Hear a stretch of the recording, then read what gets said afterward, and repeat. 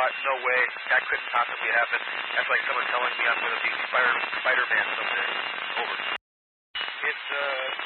You're like being in a room that's falling towards the center of the earth but keeps missing.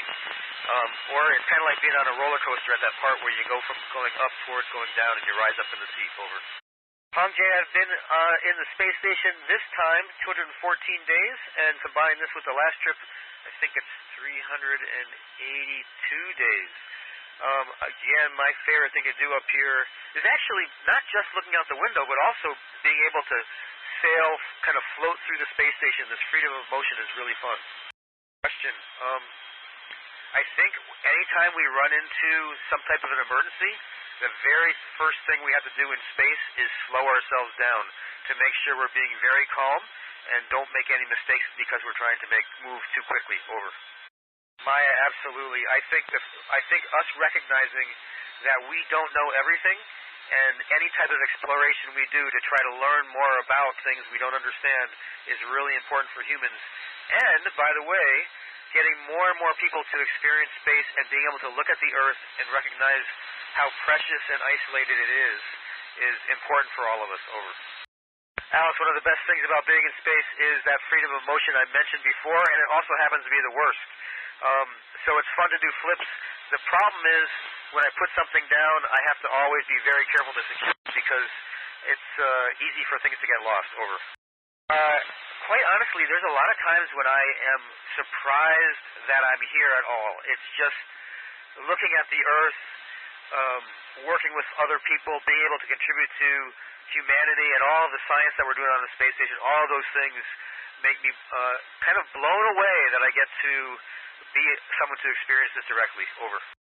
Emily's moment in space was when I was doing a spacewalk or getting ready to go out on a spacewalk and had to turn off my suit to reset a computer. And then I had a hard time turning the computer back on because I couldn't see the switch. And I was concerned that I wouldn't be able to get it on, which also provides a lot of cooling and things to keep me safe. Over. The thing I miss most about being on the Earth is living with my wife. Over. Fantastic question as well. Our climate is certainly essential to the continued existence of all life on Earth. And I think the experiments we have on board the space station that help us understand changes in that climate are really important. For example, one is called heat wave. We've got other experiments that observe vegetation changes on the ground as well. Over.